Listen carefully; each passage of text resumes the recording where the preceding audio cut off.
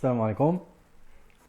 Je vais vous montrer comment réaliser ce montage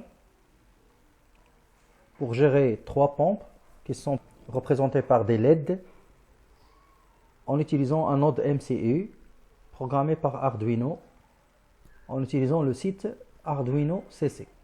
Je vais prendre la température de mes souffles et je peux faire fonctionner la première pompe, la deuxième et puis la troisième. Je peux les éteindre. Donc, pour réaliser ceci, je vais au site Arduino CC, Arduino Cloud. Donc, la première des choses, il faut créer un objet.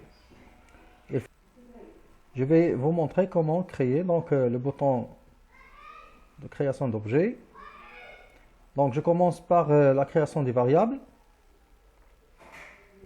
Je peux nommer mon objet. Ensuite, créer des variables.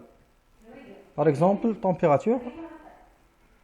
Je vais sélectionner le type de variable. Par exemple, température.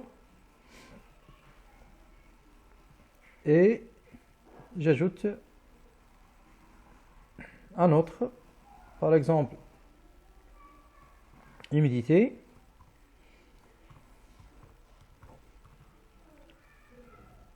Je cherche humidité relative, donnée en pourcentage.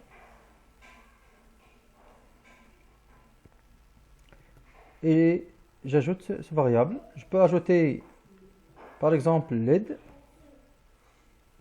le type light.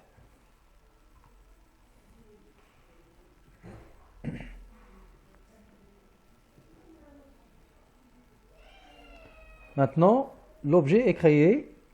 Je vais vers le dashboard pour faire vite. Je vais ajouter un tableau de bord.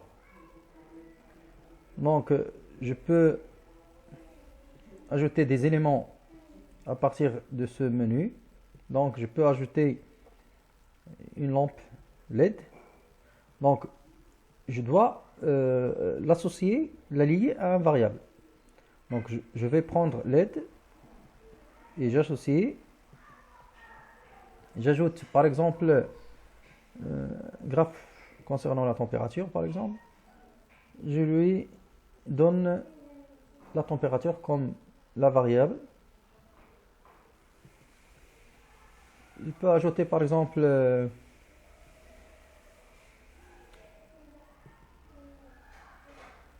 l'humidité donnée en pourcentage et la lier à la variable humidité. Et comme ça, j'obtiens mon tableau de bord. Je peux ajouter par exemple un switch et l'associer à la LED. Et comme ça, j'obtiens mon tableau de bord. Ensuite, je vais revenir vers Things. Je dois sélectionner mon objet.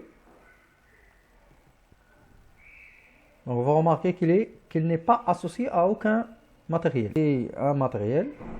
Donc, je dois aller vers Device, c'est-à-dire matériel, et ajouter un autre matériel. Je vais choisir, par exemple, le type de matériel. Ici, nous avons le node MCU. Et vous pouvez lui donner un nom. Ensuite, il faut télécharger ce PDF, télécharger le PDF et copier il faut copier et cocher cette case à cocher et continuer. Maintenant, vous remarquez que le premier matériel il est en ligne, mais le deuxième matériel est ready to connect, c'est-à-dire il est prêt pour être connecté. La prochaine fois, je vais vous montrer euh, comment coder ou bien comment téléverser le programme Arduino sur votre matériel.